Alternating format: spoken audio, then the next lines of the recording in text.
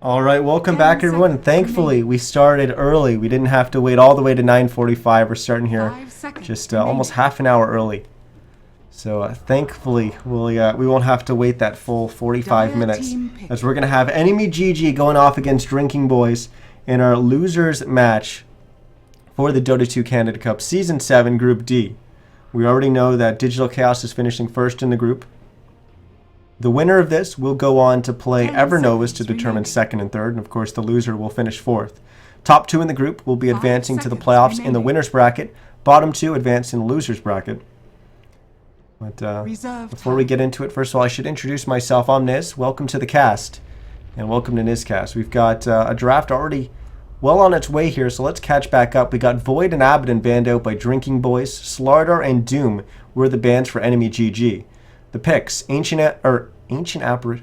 How did I even get that? It's Enchantress and Beastmaster picked up by Drinking Boys. Bounty Hunter and Darkseer were the picks for EnemyGG. On to our next set of bans. The Lifestealer and the Ursa are removed by Drinking Boys.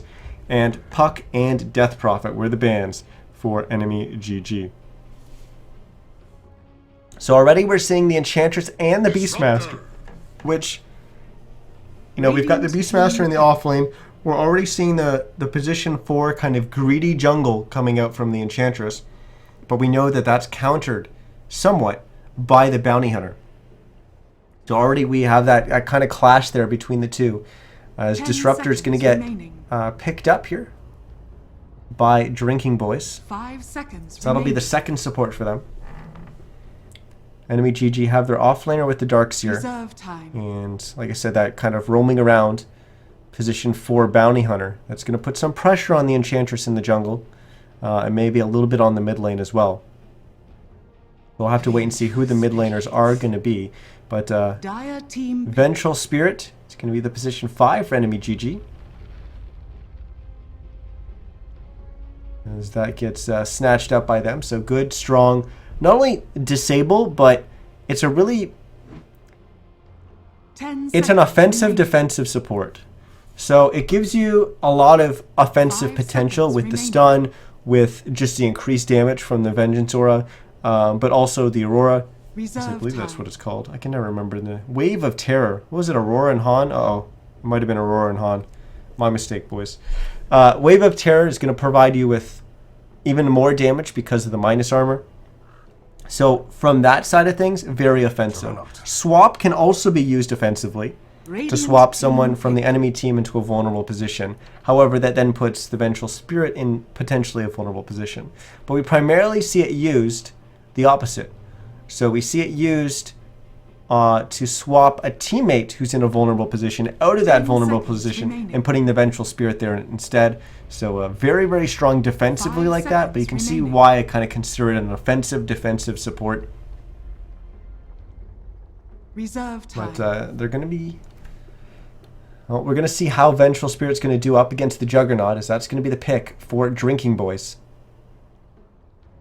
Should be their safe laner, I believe. So we'd be waiting for a last pick.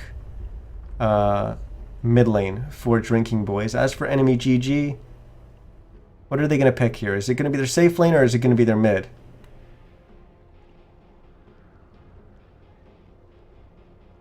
Surprisingly, Invoker is still in the pool, so that could be snatched up right here.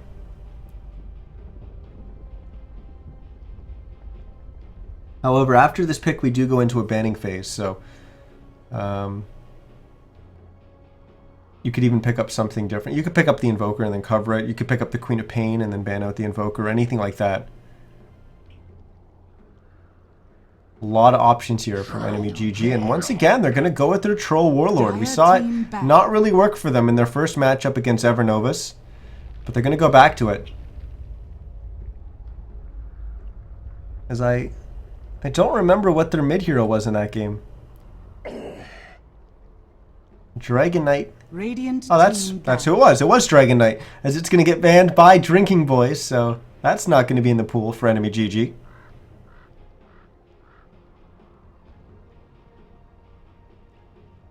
Once again, with Troll and Vengeful Spirit in that bottom lane, it's going to be difficult for Beastmaster. Venge will get bullied a little bit by the boars from Beastmaster, but if he tries to get a little too adventurous with his positioning in the off lane, that's when Bounty Hunter can just rotate down and he just opens up. That's an extra little bit of damage on the Beastmaster. Plus the Orb of Venom that typically a Bounty Hunter picks up, going to slow him down, plus the Troll Warlord's axes to slow him down. Vengeful Spirit with the stun. It's just too much damage just to keep alive as a Beastmaster. Tinker's going to get banned. Radiant team pick.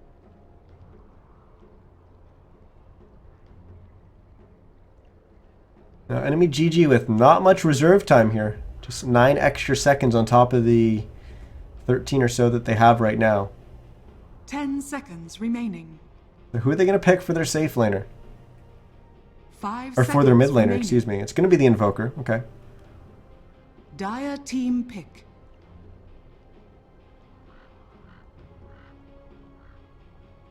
Now it's up to Drinking Boys to figure out what they're going to put up against that Invoker. It could be the Queen of Pain. They could choose to go with that. That's probably the biggest high priority, most popular mid hero still left in the pool. 5 seconds remaining. Reserve time. Another popular pick is Templar Assassin, but I'm not really feeling it here. What else?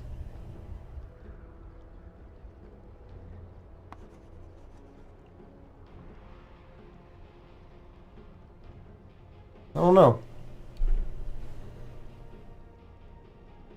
Could go with something like an Ember Spirit as well.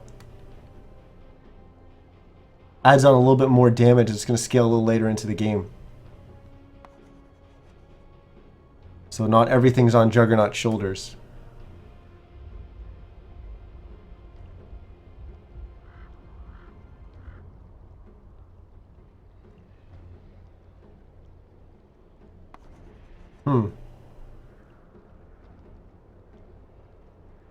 Well, they had plenty of reserve time. They're using every little bit of it to try and figure out what's the best option here for them. 10 seconds remaining. Okay, Brewmaster.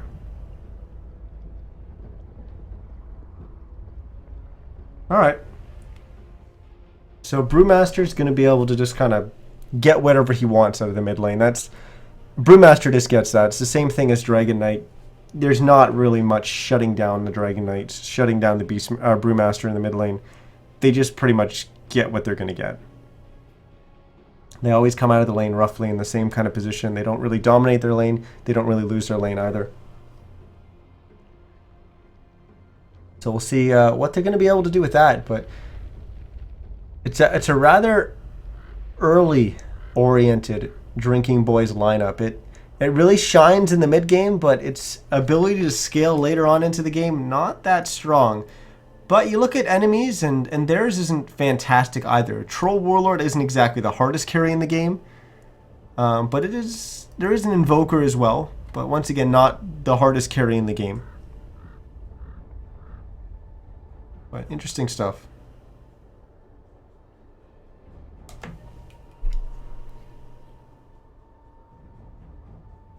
I think we're definitely going to have some really, really big fights around the 25-30 minute mark in this game.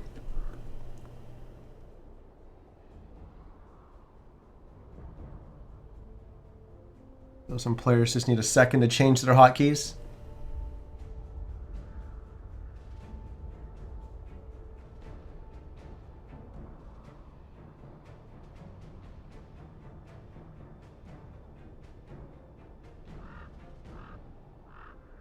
Didn't they make it so you can set individual hotkeys for different heroes now? Wasn't that in one of the patches? The recent patches? I think so. I don't know. I just used default. I got used to them a long, long time ago. When, was it WC3 keys? When that came out? That came out before DotA keys. And used to be able to rebind everything. That's when I switched everything over to using kind of a QWER setup. And then that ended up being adopted as kind of the standard in these kind of games. So I guess I was the hipster hotkey user. But yeah, so I've been using the QWER setup for a very, very long time. I quickly got away from the legacy keys because they drove me nuts. But yeah, that was way back in Dota 1.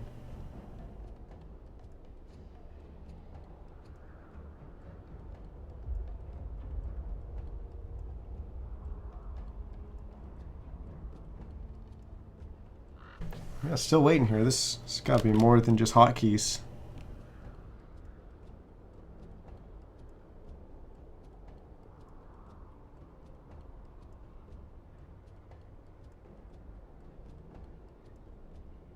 Either way, like I said, I think we're really going to have some really strong battles around the 25 to 30 minute mark in this game.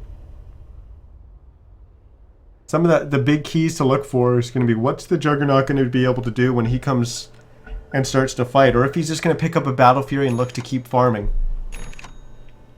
Same thing with the kind of starts that we're going to have on the Invoker and the Troll Warlord. Those are really, really big things to watch in this game. But let's introduce our teams and our players before we get too much into talking about that kind of stuff. We got EnemyGG on our Radiant side. BSJ, or Banana Slam Jam, is going to be playing the Troll Warlord. Sovereign's going to be on the Darkseer. Slayer playing Invoker. Frozen playing Vengeful Spirit. And Teehee is going to be playing the Bounty Hunter. On our Dire side, it's going to be the Drinking Boys, who had a pretty rough match going up against Digital Chaos to start their Dota 2 Canada Cup run. We've got Shanks playing the Enchantress for them. We've got Getovas on the Brewmaster. Sakula playing the Juggernaut. Mantu on the Disruptor. And Mad playing the Beastmaster. And already we've got Teehee out scouting about on the Bounty Hunter, not walking uphill. Here, as we've seen a few Bounty Hunters kind of fall into that trap, but he's going to take a different route to walk up into them. And he's going to ping spam the hell out of these guys, indicating where the Drinking Boys are, and enemy is actually going to rotate away from the top rune. They're going to give it up and move down towards the bottom. And once again, just splitting the bounty runes. Nothing unusual that I see so far. Just Soul Ring pickup, recipe pickup by the Darkseer, and everything else. Smoke on the Vengeful Spirit, so we got to keep that in mind. And just a pair of sentries on either side. Disruptor actually starting with a Windlace. I guess that's a little more unusual. But as for our starting lanes, we've got Invoker going up against Brewmaster in the mid lane. In the top lane, it's a Darkseer in the off lane, with actually a Bounty Hunter with him at the moment, going up against a Juggernaut and Disruptor. And look at that, they already noticed Sovereign put the Ion Shell on an Invis target, and it was immediately pinged out that the Bounty Hunter was there. Bottom lane is going to be an off lane Beastmaster going up against Troll Warlord and Vengeful Spirit. We've got the Enchantress kind of hanging around that bottom, just farming up one of those camps, but choosing not to rotate down just yet. And it's going to meet up with the Courier to grab some clarities. And probably just go back to jungling, or going to go back to this camp, which is Dark Troll Summoner.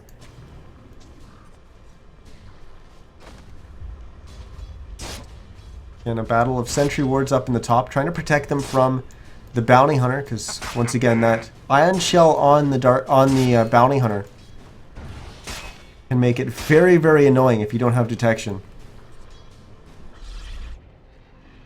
So Shanks cleared up that creep camp and now is rotating down with the Centaur Conqueror and a Dark Troll Summoner. And Frozen's wrapping around onto Mad, but now Frozen's in a whole lot of trouble. But the Dark Troll Summoner keeps getting body blocked by the skeleton, so it's not able to get in range.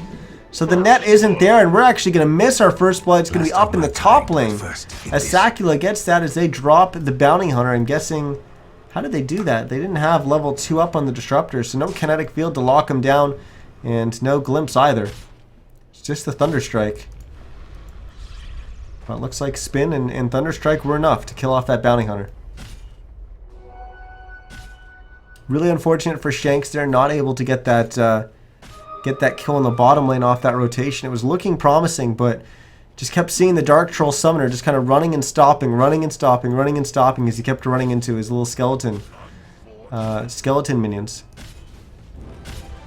As in the top lane, Disruptor just killed himself to some neutral creeps. Take the fast trip back to the fountain as Teehee was out there chasing after him.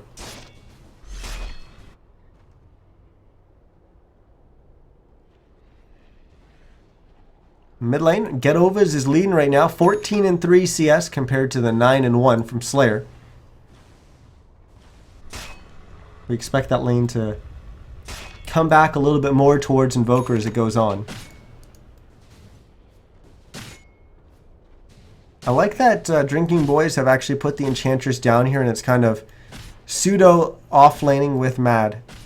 And that's going to allow the Beastmaster to get a lot more in this off-lane and not really get zoned out as hard as it would if it was the Venge there with the Bounty Hunter constantly poking in and out. But we haven't really seen the Bounty Hunter there to begin with. He's been up in the top lane as he's going to cross over mid and start heading down towards the bottom now after I say that. But Banana Slam Jam has been slowed up, and they will get the kill there. And now Frozen takes quite a bit of damage, but he only goes down to 150 HP. But second kill on the board for Drinking Boys, as here comes the big bad Bounty Hunter. As he's going to open up on the Wild Wing Ripper, and he's going to get the kill. So Dire's top tower is under attack. Some extra gold there going the way of the Bounty Hunter as Mad gets slowed down by some axes. Teehee, is he going to open up here? No, he's not going to go for it. Meanwhile, Gedovas was starting to go for the top rune there, but he saw that Slayer and Sovereign were rotating in, so he'll go back towards the mid lane, push this creep wave quickly, and start heading down towards the bottom for the haste rune. Yes, once again we miss another death. This time it was Frozen denying himself to the neutrals. But here's Gedovas moving down towards that bottom rune, but he's there to snatch it up. So Panda, unfortunately not able to get either of his runes. Now Shanks off into the side shop. He's in a little bit of a battle here with BSJ. Mad and Teehee are going to come in and help out. But Teehee, with that haste rune, is going to be able to easily catch up to that Enchantress. And now he's going to start working on to Mad. As Mad's chasing down BSJ. The Centaur Conqueror also threw in a couple swipes at the troll. It does have a stomp up in 3 seconds, but no one's going to be able to do anything on the back of it because Mad is running for his life, and the last axe is there from BSJ. There's the stun from the Centaur Conqueror. But BSJ just drops down to 130. So he's okay, and now Frozen comes down. He's going to place an Observer Ward. Is he going to smoke up and go somewhere, or nope? Still going to hold on to that.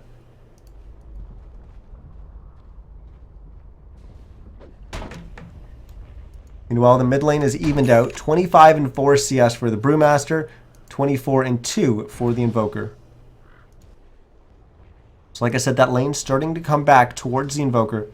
As Teehee going to come in behind, Gedovas here. He's going to open up on him with the Janata Strike. A couple right clicks, Tornado. And they need a few more right clicks. Will they be able to get it? No, they need one more. 7 HP. Gedovas just barely survives, and now Mantu is going to try to get as much damage as he can in, but he doesn't have enough mana to use the Glimpse to send one of those targets back. So we see a flurry of action there in the mid lane, but no one actually dies. But Brewmaster very, very close. Like I said, 7 HP from that last auto attack.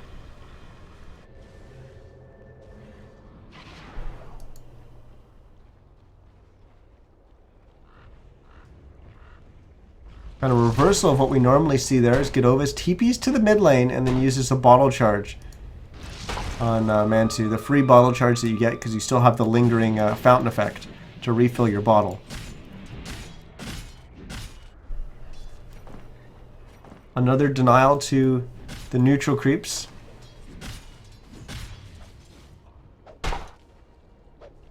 As with this Disruptor sitting in the mid lane, the Invoker is a little bit more wary about his positioning. He's got to stay back a little bit more. Teehee TP's down to the bottom. As he once again is going to look to put pressure onto Mad here. Frozen's hiding into the trees off to the right. And now he's going to get slowed down by the axes from BSJ. There comes Frozen out of the trees with the Wave of Terror followed up by the stun. Mad's got a stun of his own. Primal Roar, and he gets the kill on the Vengeful Spirit. Now the question is, will he be able to get back to his tower? The answer is going to be no, as Teehee gets the kill there. And that's going to bring Teehee up to level 5, so 1 level away from having track. which would make that that trade of kills much more valuable for enemy. It already is pretty valuable giving getting the offlaner for a support. But of course, when you're going for a 3-man gank, you don't really expect to lose one of your heroes when it's just one on the enemy side. Smoke from Shanks and Mantu. Gedova still posted up in the mid lane as they almost walked into Frozen, but then they kind of turn around and go the other way.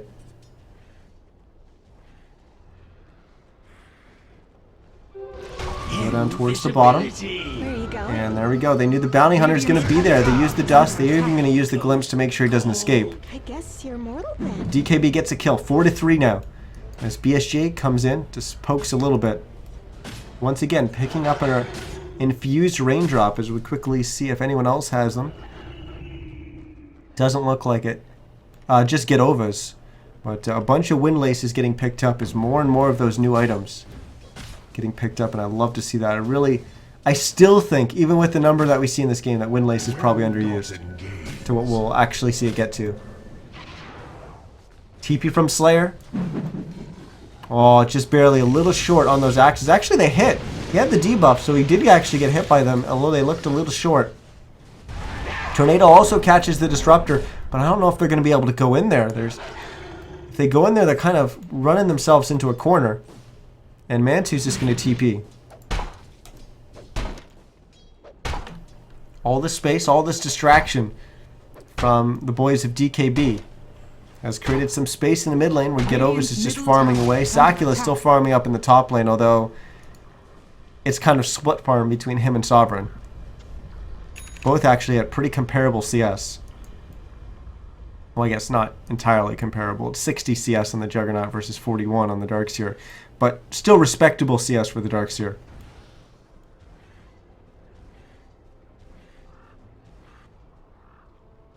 They just circled it on the map. They know where Teehee Dire's is. top tower is under attack. Dire's structures are fortified. As he's walking basically on top of Sakula. As BSJ is going to charge past the tower, he's going to toss the axes at him. Once again, a little bit short. Sakula is just going to spin so he doesn't get caught by anything here from EnemyGG. They get the kill on the bounty hunter. As we're going to have a primal roar getting cast onto BSJ up here in the top lane. So he gets tossed up into the air briefly by the split Brewmaster.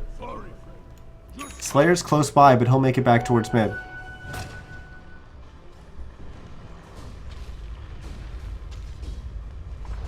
So a couple kills there go the way of DKB. They do lose their Disruptor, and now they're going to start pressuring the mid. Those enemy GG is Mantu and Gedovas are going to be here to defend. They only see 2, but it's actually 3 because Bounty Hunter's there as well. And just above him is going to be Mad in the jungle, and doesn't look like they're really going to go for this push on the tier 1. Meanwhile, on the top lane, BSGA is going to TP up there.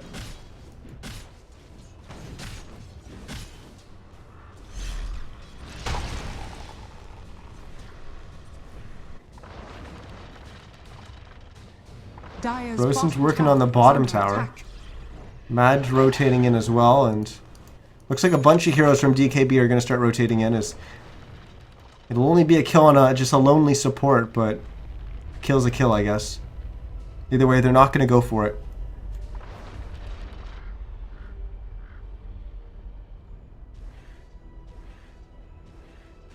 Slayer's already got his gloves of haste up to 860 gold, so Midas is a coming.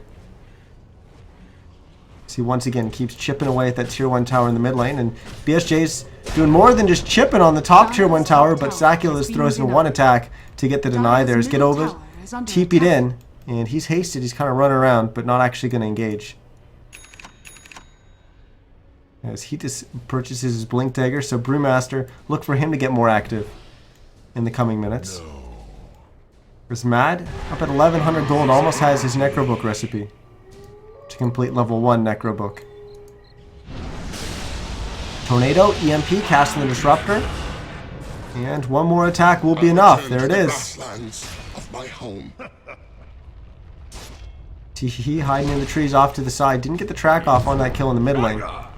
He'll get slowed down, but now he's going to, as he tries to run away, Shanks is going to be there with the Dust of Appearance, but TP is successful, sending him back to the fountain and avoiding that kill coming in from Drinking Boys. Attack.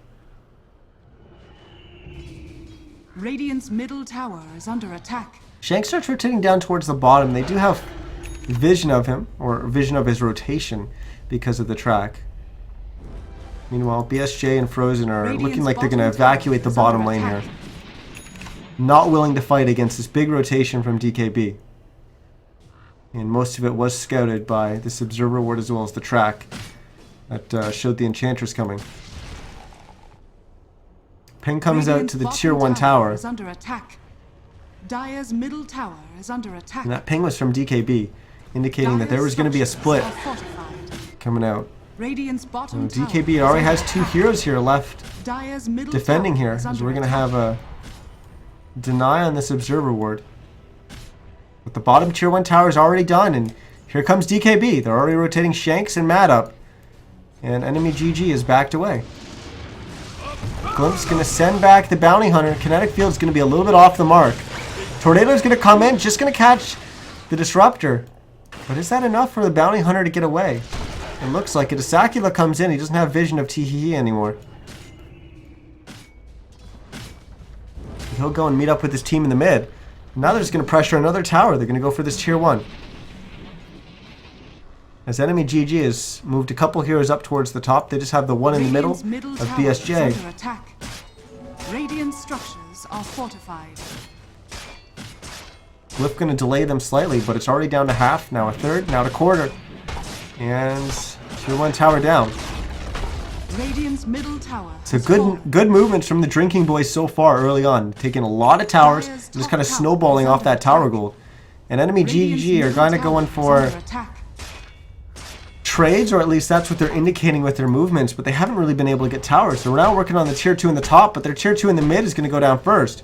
As some TPs coming in from Drinking Boys up towards the top, Asakula is going to come after Slayer.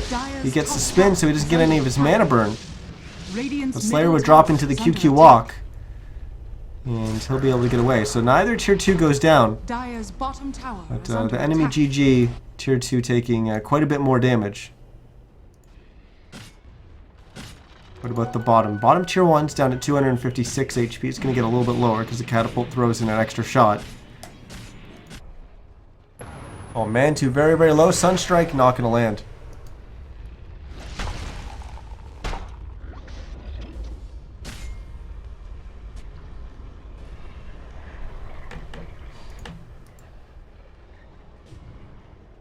So Necrobook 1 on the Beastmaster. Necrobook 2 flying in on the Courier.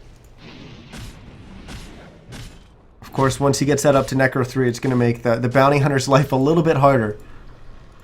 Especially in every team fight when you kind of expect him to pop those Necrobooks fairly early on. It's going to make it very difficult for the Bounty Hunter to kind of engage on anyone. He'll be able to keep throwing tracks from afar. But in terms of actually getting in there and getting Janata strikes on heroes, it's going to be much more difficult. A little bit of a break in the action. We'll switch on over to our net worth and catch up there. We got 6,900 or 7,100 now actually on the Juggernaut. Is Teehee going to be able to TP away here?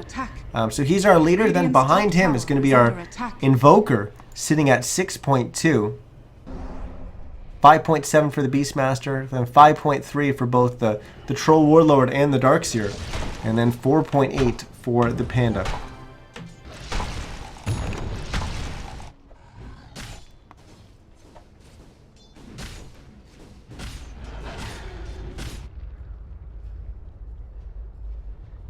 So I was talking about at the start of the game about what the Juggernaut's going to go for. He's going to go for the Battle Fury. So that does allow him to keep farming and kind of scale a little bit later into the game as a result of being more farm oriented and be a little bit more invested in the late game than looking to fight in the early and the mid. Tier 2 goes down. Teehees. Living dangerously there, but easily gets a kill on the Disruptor. He'll get dusted out by Shanks here. But here comes EnemyGG. Tornado's going to fly in.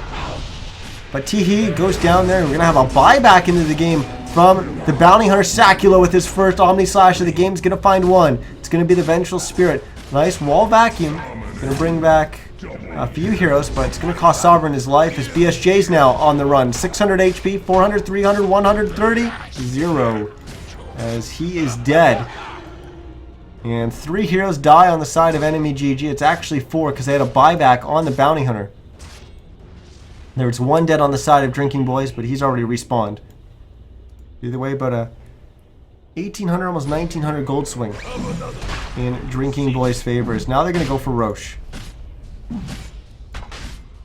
Sacula a little bit late to the party, but he'll eventually get there. As a Bounty Rune. He's going to get bottled up by Godova.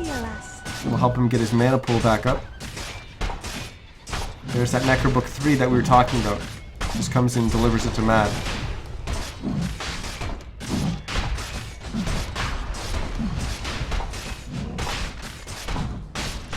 He continues to throw out tracks. His Tornado's going to fly, and it's actually just going to hit 1.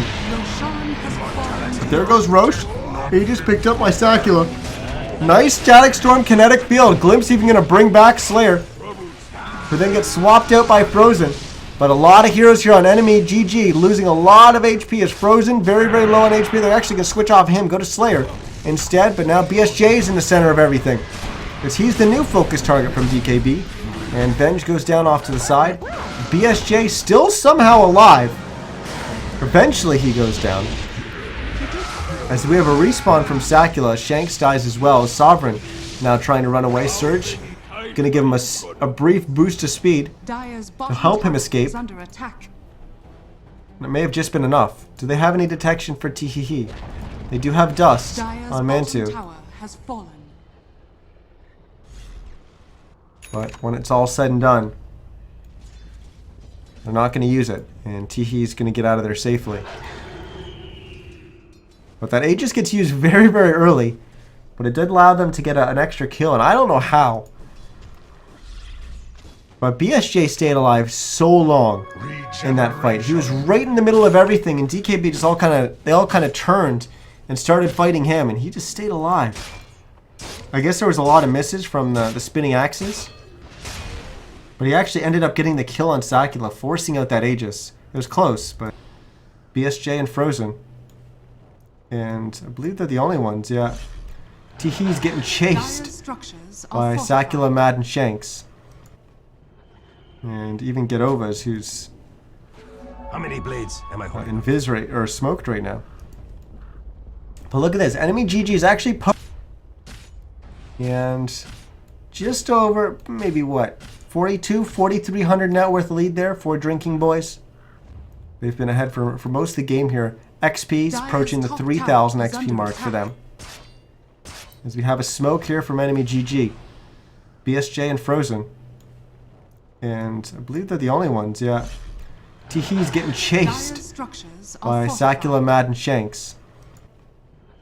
And even Gedova's, who's how many blades am I holding? Invis right, or smoked right now. But look at this. EnemyGG is actually posted up inside DKB's jungle here.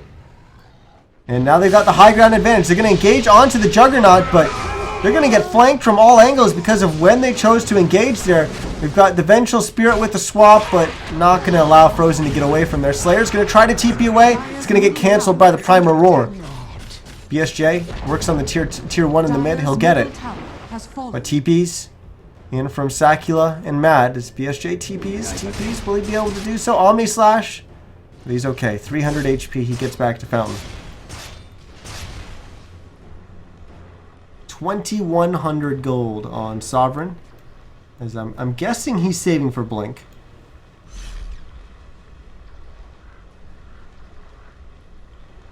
Could just be a late purchase on GG, but I imagine he's going to sell a Stout Shield Healer. Yeah, there it is. As soon as he buys it, he TP's away.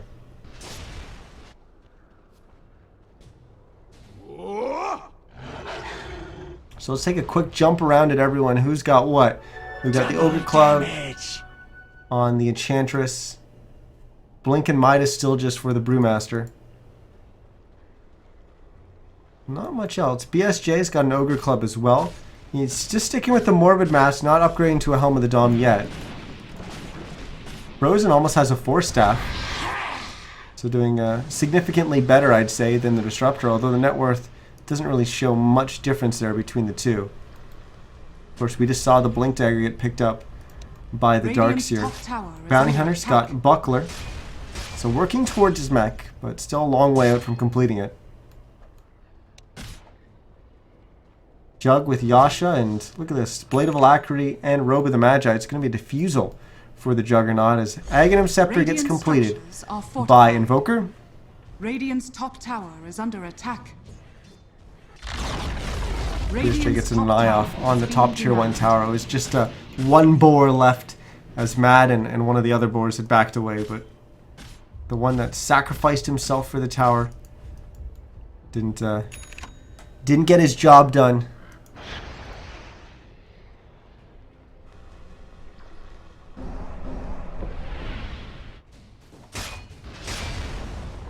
Dire's top tower has been denied. So that tier 2 tower just got denied in the top lane by Mad.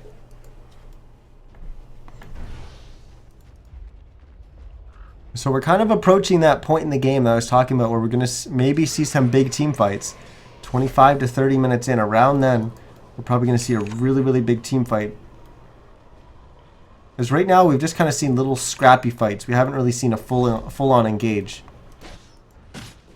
Now I could be wrong, but I think that's definitely when both these teams are going to clash.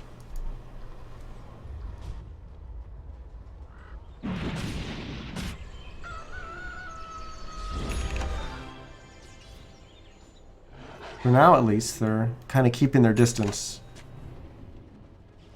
This Diffusal finished on the Jug.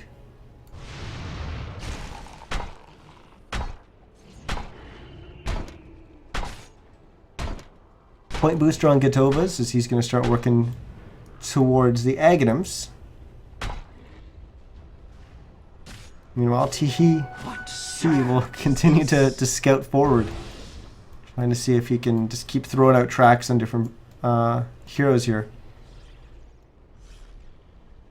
You guys just walked over the Sentry Ward and immediately about three different pings came out from DKB, all from different players. Dire's bottom tower is under attack.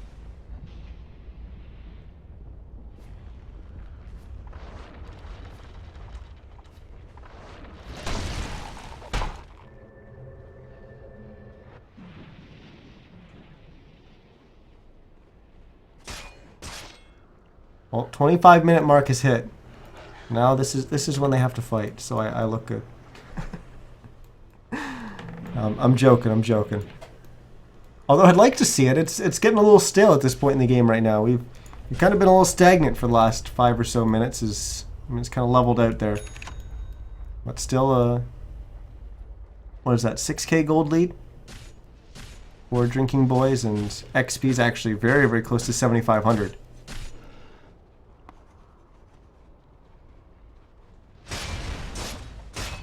A reminder that the loser of this match will finish 4th in the group, and they'll drop down to the loser's bracket for the playoffs.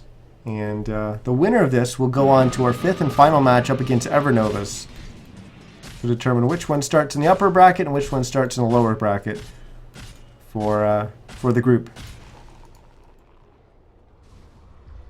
And I tell you, right now, I think, judging by how I think the brackets are formed, I haven't exactly looked at the matches yet. But one side of the bracket still looks pretty stacked right now, so it's going to be interesting. Shanks getting opened up here by BSJ. Nice swap there from Frozen, brings him back. And 4 HP. Sunstrike, not going to land. 4 HP. And instead of being a kill for EnemyGG, EnemyGG lose a hero. 4 HP. That's just random damage. The difference between life and death there. Random damage on auto attacks.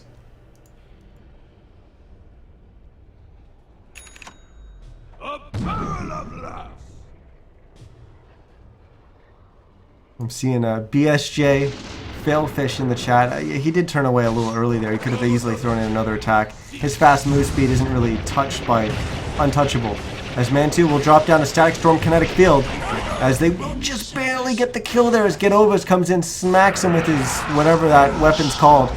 As he gets the kill onto Teehee, and now BSJ goes down. Slayer on the run as well. QQ walk, but it's not going to be enough as he'll get glimpsed back as the axes hit him, as Frozen's going to go down as well. And it's just the Darks here left alive for EnemyGG as DKB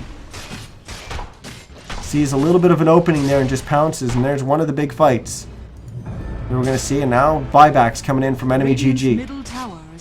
Just the Invoker for now, though. BSJ does have a buyback, so we could see the Troll, but he's going to be up in 20 seconds. They're going to want to try to hold that as best as they could, especially considering they've already devoted one buyback into the Invoker. Yeah, DKB, they wanted to force out more, but not going to be able to get it. They'll just back away. They'll be all, I think they'll be okay and happy with the Invoker buyback.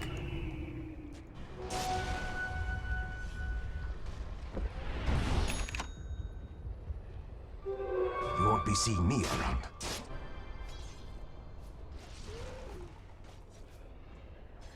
So Shanks with Dragonlance finished will now pick up a gem. So he's going to, I mean, it's in the stash right now. I imagine he's going to run back and pick it up. Yeah, because the courier was already down in the bottom lane delivering something to Getovas. Which, I mean, his items haven't really changed. I'm not sure what it was.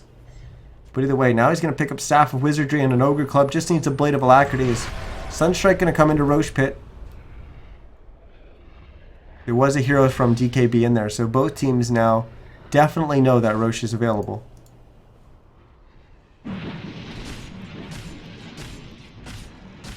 BSJ with S&Y complete and Helm of the Dom. Sitting at 760 gold. As what's next? BKB for him, probably? I think so.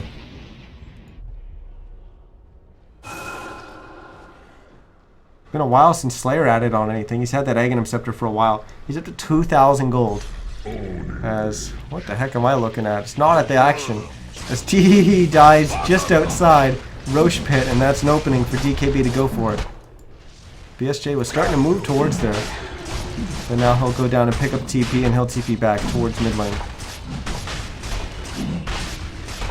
So it doesn't really look like they're going to contest. They've got two heroes in the mid lane, two in the top. So it's going to be a free Roshan for DKB, and then Aegis is going to go to Sakula. As I try to click on him to show that he's got a Blink Dagger, but he's also got his Manta style recipe. So he'll just need the ultimate orb to complete that, and he's got it. As there it is, and there's that Aghanim Scepter completed as well.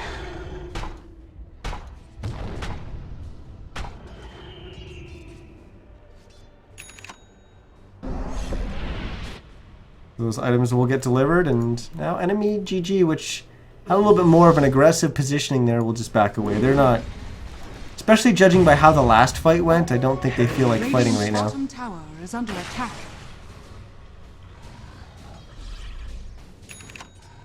We did note that maybe they've got the stronger late game as well, but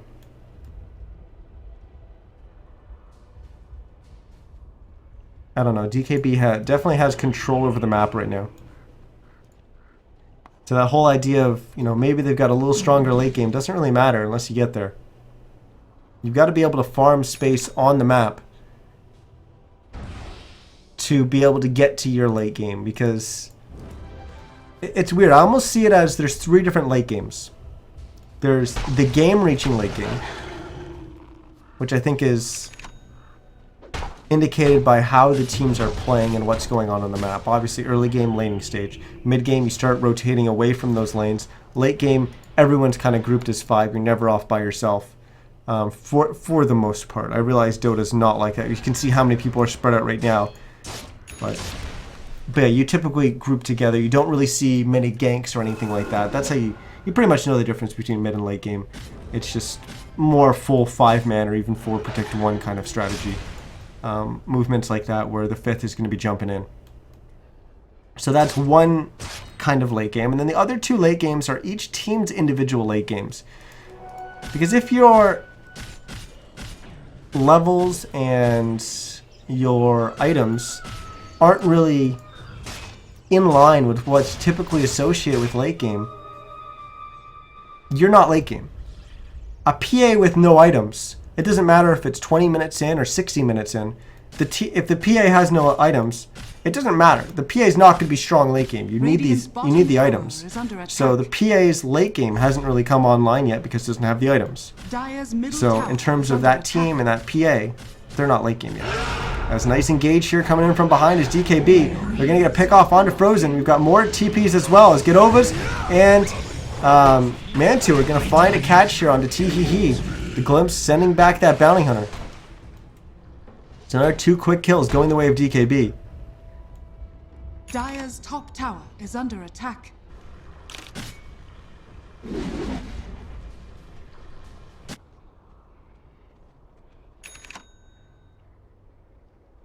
BKB picked up.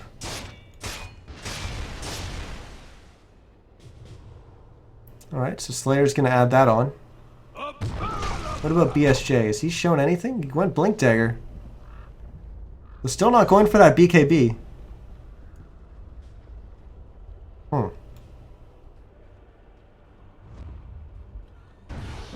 They're going to smoke. That smoke just barely misses Slayer, so they're only 4-man smoked. Slayer's going to have to maybe be the bait here.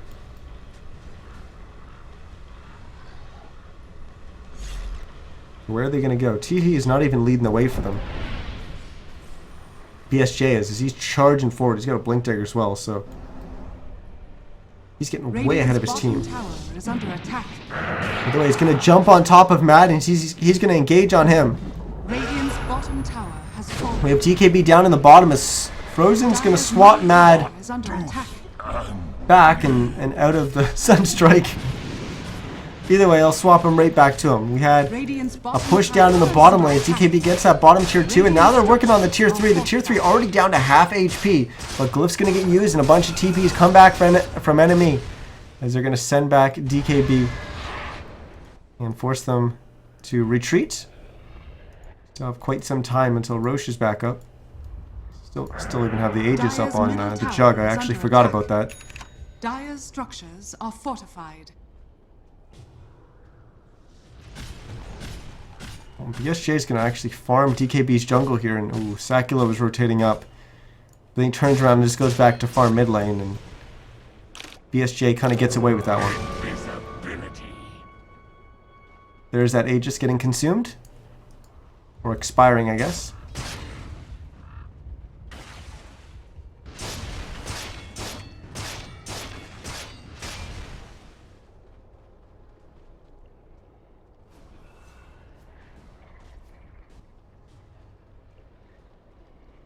BSJ still just scouting around with this Invis. He might find Shanks.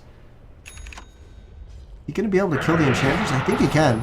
Especially with the Sunstrike and oh. That's unjust. That wasn't even close. The bash procs might have been a little bit much, but I guess that's troll, that's what you expect.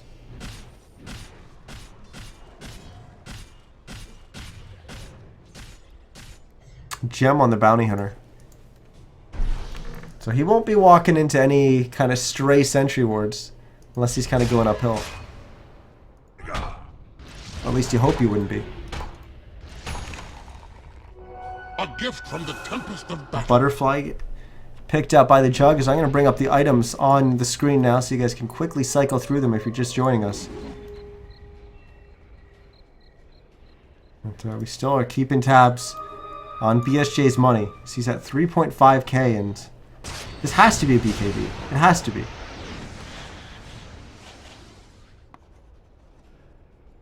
$37?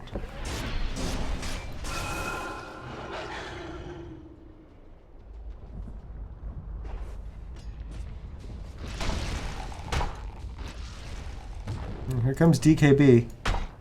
Up and once again, enemy moves away from the mid lane up towards DKB's jungle as they exit and kind of avoid their opponents. As Teehee just runs right into the face of them, and there we go. Dust of Appearance going to come out. And the Bounty Hunter is dead, and that is a gem on the ground. It's funny that the gem drops there despite the fact that the Bounty Hunter corpse is over there because of the glimpse.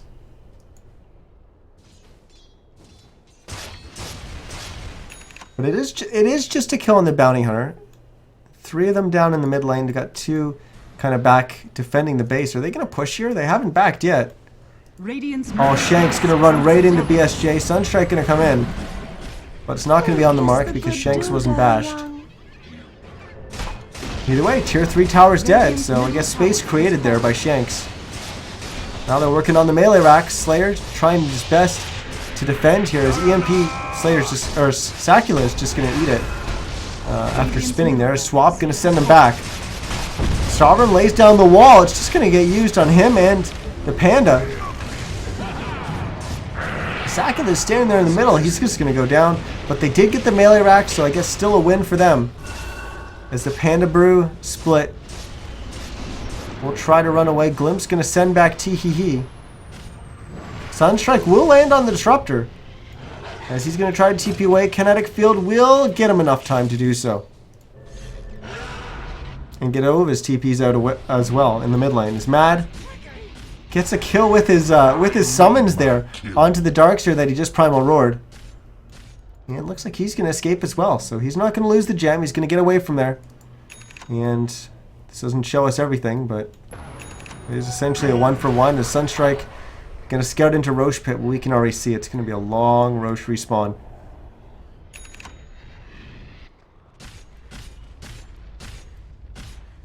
Hop on over to our net worth. Still in favor of DKB. 12,000 gold lead for them.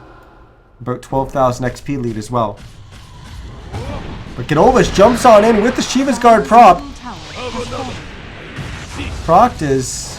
BSJ is going to man up on him, and it was just noted in chat, and I saw it pop up as well. But MKB picked up by BSJ, so he's not going to miss on that Brewmaster at all.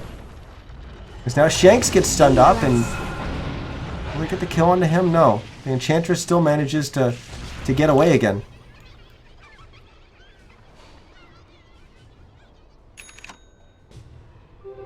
Oh, Mad. Raising his arms. He was trying to Primal Roar there. Now Glimpse going to send back Frozen. The Primal Roar will go off onto the Venge instead.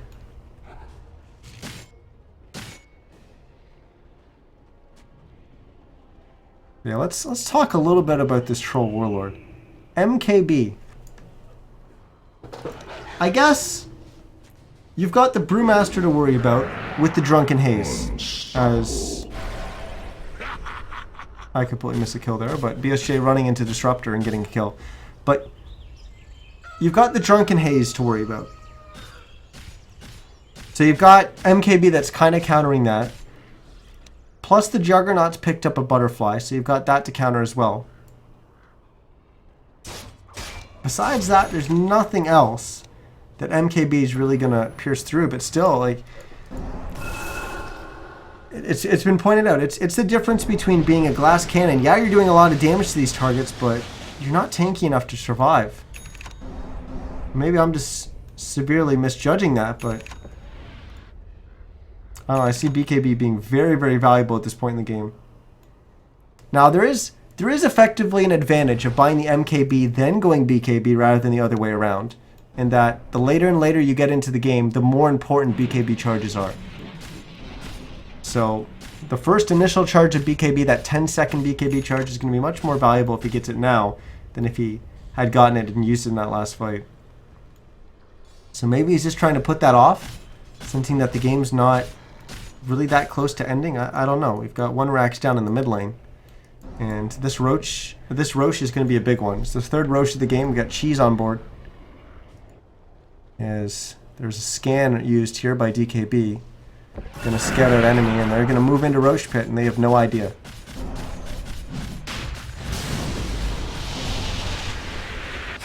Tornado's going to toss up the Disruptor as, oh my goodness, Sakula's bouncing around, slicing through everyone. Sovereign gets very, very low. Slayer's in the middle of it as well, as I have no idea what's going on in this team fight, but BSJ is on very, very low HP, as he's going to get stunned up by the Brewmaster split.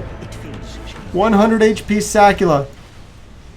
Buys back, TP's down here, and that's a dead Troll Warlord. So who all even bought back there? It was just the Invoker and the Jug? That's what it looks like. Because I don't know where the Sunstrike was, but it didn't land. The DKB is going to get this Roche. Like I said, a very, very important one. But it will go to DKB, and Troll Warlord will buy the BKB now.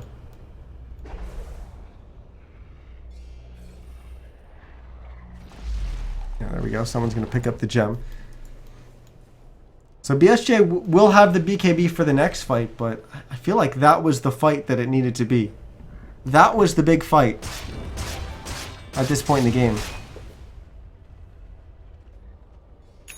You know, we saw just... There's so much AoE damage going out in that fight. We actually kind of look up and see all the HP bars at the top towards the end of that fight that are all very, very low. And that was right before you really started seeing anyone dying. Just everyone got very, very low almost in unison. And then all of a sudden they started falling apart.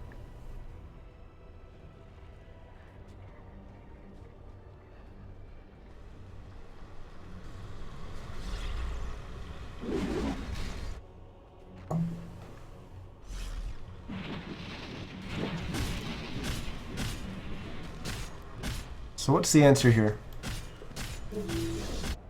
What's the answer?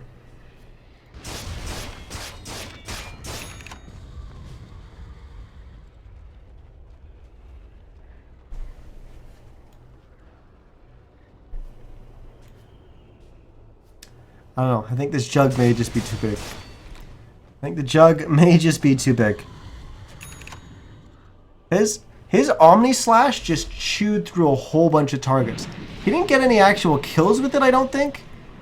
But he was slicing around, hitting everyone. And like I said, just did a ton of damage. It put a lot of pressure on BSJ actually at the start of that fight. I think he was the initial target. Either way, he was kind of down and right outside of Roche Pit. And that's where the jug was constantly slashing around. But DKB gonna pop a smoke right as they go to run uphill, but enemy's already waiting for them. Disruptor's dead. Genova's gonna get the split off. As Frozen's gonna get stunned up. Here's Sakula. Is he gonna be able to do much? He's just attacking illusions right now, but BSJ is on the floor as he is dead. No buyback available for him. And it looks like DKB has won another team fight. A Sunstrike gonna come in. Not really gonna do much damage. There was too many targets there. Yeah, Slayer doesn't really want to go and fight the Juggernaut at this point. He's got to get back and defend, I think. Just going to be him and Sovereign to defend against this push. That's marching down the mid lane from DKB. Shank's going to grab a creep. Still have the cheese up on him as well. The Bounty Hunter's going to respawn. We got 20 seconds before the Revenge. About 40 seconds before the Troll's going to be up. As the bottom tier 3 is going to be the target for DKB. EMP is going to fly in. And it burns off a whole bunch of mana on the side of the Beastmaster. Sakula continues to just spin and constantly attack that melee Rax. As another MKB is going to get purchased, this one's going to be on Slayer. As Glyph has already been used, melee Barracks down to half HP. As they continue slicing away at them. Sakula is actually on the range Rax at this point. They're just kind of splitting their damage, but they get both buildings. And now they're going to back Sovereign. Surge tries to chase after, but he turns around. Sunstrike will land.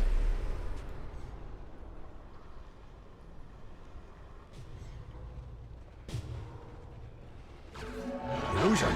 So, DKB get their second set of racks. They once again still have Aegis. Still have Cheese, I believe. Well, he passed it to someone. Or he used it. I guess he used it. I don't see it on anyone. Yeah, cheese has been used. Okay. But they do still have Aegis. And now Refresher gets picked up by Beastmaster. Gonna have double Primal Roars. Even more Boars, I guess. Sheepstick on the Brewmaster. And now Force on the Enchantress as well. Still haven't seen the Hurricane fight come up. Guess it's a work in progress.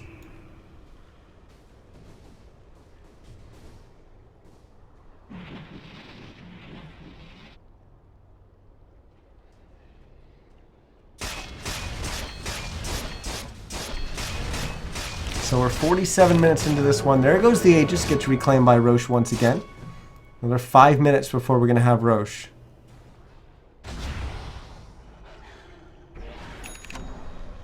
There's that Hurricane Pike. So Shanks now has that advantage. Still buying Tomes of Knowledge, but rightfully so. Got to get to that level 16. Gets closer.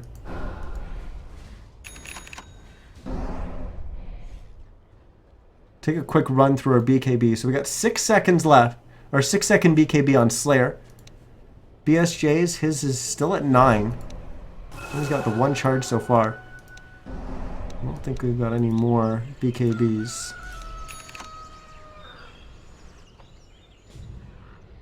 Oh my goodness, Jug just adding on more items. An AC, no big deal. Just gonna drop his butterfly on the ground. See now? So Jug sees that they've picked up MKBs. He's got extra gold. He says, well, my butterfly is not really doing much for me. Give me increased damage and increased attack speed. But AC does the same thing for me, plus makes me more tanky. As Sovereign gets caught here in the top lane, and oh no. Darkseer's dead. Buyback available. But they'll march down top and go to that tier 2. But enemy's already in the bottom lane going for a tier 2. Still get, and are they going to stick around, go for a tier 3 like this? Ideally what they want is to force a bunch of people back from DKB. But they need to be able to get out of there safely. As Omni Slash bouncing around from Sakula as DKB starts charging forward. Frozen four-staffs himself but gets caught with the sheep stick mid-force. He's going to swap himself back and he's dead. Slayer TP's back to the top lane where there's a huge creep wave. Now BSJ picks up a boot to travel. Because once again, there's another gigantic creep wave in the mid lane.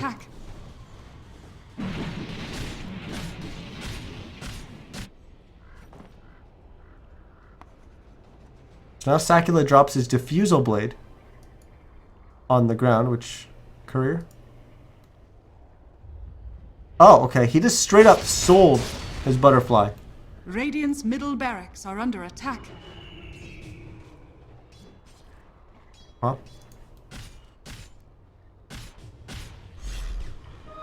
I guess there's like no use for it whatsoever, so he's just gonna sell it. Alright.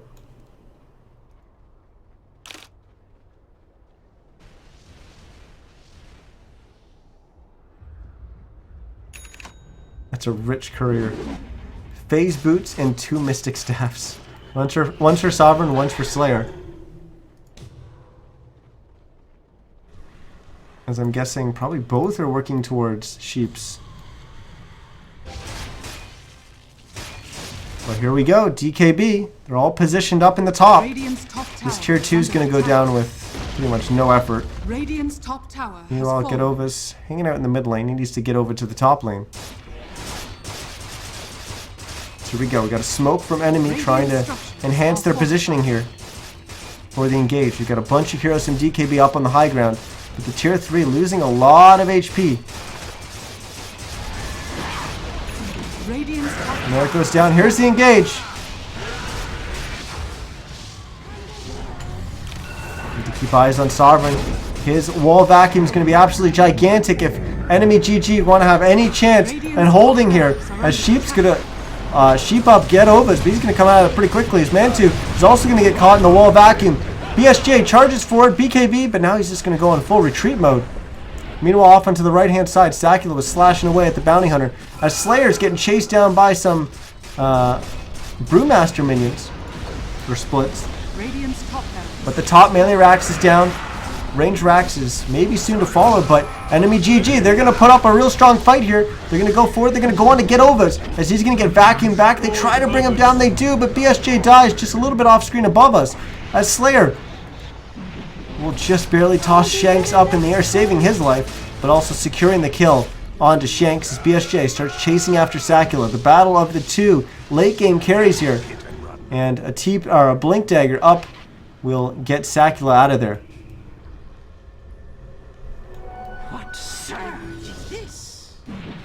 But a huge team fight there ends in DKB getting a couple structures, but not getting the megas yet. We have 2 range racks left standing. Some important things came out there, mainly the buyback on the 2 real big important heroes for EnemyGG. One came out from the Troll, the other one came out from the Invoker. Darkseer still has his available but doesn't have enough gold. We saw some good spread from DKB, making sure that Sovereign wasn't able to jump in and get a good wall vacuum off. He ended up placing an alright one. It was only on 2, but it came a little bit later on into the fight, as I think he was ideally looking for a better moment, and then he felt that he just needed to throw one out there.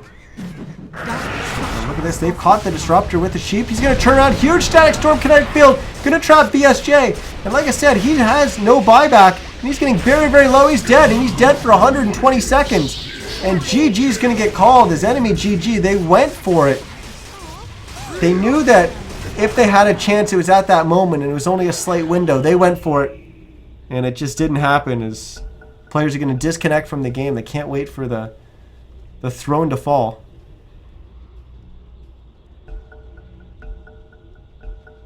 As eventually the game will end.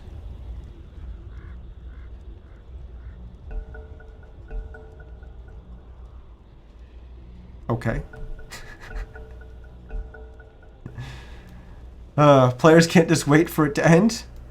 There we go. Either way, we've got EnemyGG. They typed the GG, and DKB takes the win, walks away with it. And they'll end up finishing third. Excuse me. They'll be in our final match. That's what I'm trying to say. Where they'll be going up against Evernovas to determine who will be second and who will be third. EnemyGG, unfortunately, with this loss, they ended up 4th in the group. And we already know that first place is Digital Chaos. So we got one more match scheduled for tonight. That's going to be between Evernovas and DKB to determine that second and third place finish. And that is scheduled to start